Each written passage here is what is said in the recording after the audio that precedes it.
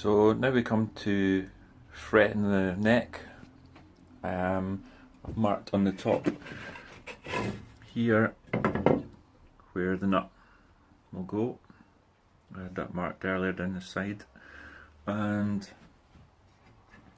I printed off on paper where the frets go from a program that used to be called W fret. I don't know if you get that anymore. And then I marked them on this scrap piece of wood. So I used that to mark them on the neck. So I just line that up with the nut, and then I'll just mark those along there.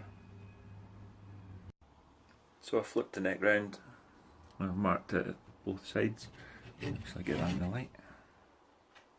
I'll join those up. So that's the fret markers, and I'm going to cut the frets now with this fret saw with a depth gauge, and it's got about 2mm depth. I'll just do that now. Just to say that I do this by hand. I know a lot of people use something to steady it, but if I take it slowly, it should be fine. So that's the fret slots cut. And now I need to cut the fret wire into strips, same length or width rather. So I'll just do that now. Do it with these.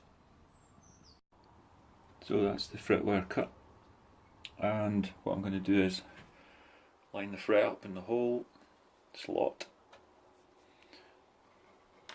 and then I'm going to line this up steadily over it and tap the fret in with a hammer, and that's how I do my fretting. So that's the frets knocked in, and I'm going to use this metal file now on the rough side, which is this side, no it's that side, to get rid of the overhang, and then I'll use the smooth side to shape it so that it's smooth and rounded. So as you can see, that's the frets done and dressed and smoothed to the hand. And now what I want to do is put in some pearl dot markers.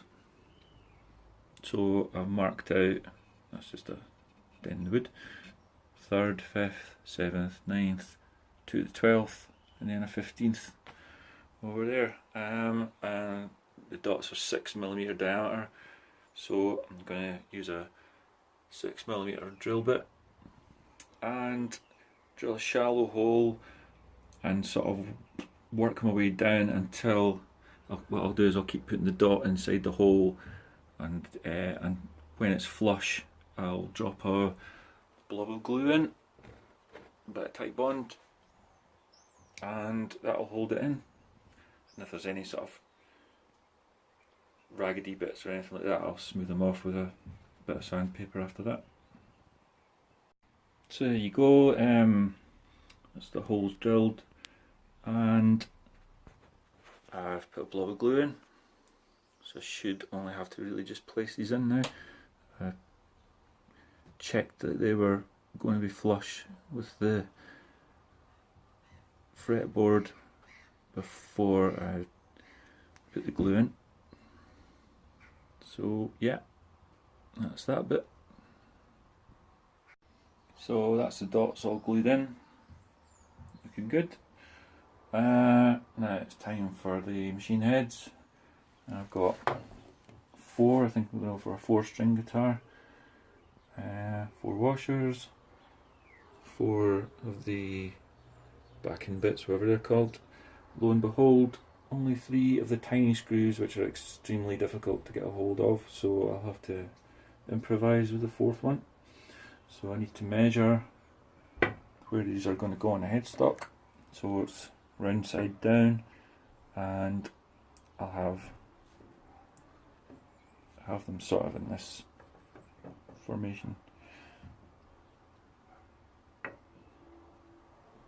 But obviously, if I try to do this with one hand, so there's enough overhang to turn the machine heads, and make sure that they're not going to clash when I drill through the headstock, which can be a bit of an issue.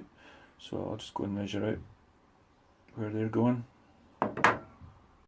So that's the holes marked, ready to go. I'm going to use this 10mm drill bit, because that's the same width as this part here.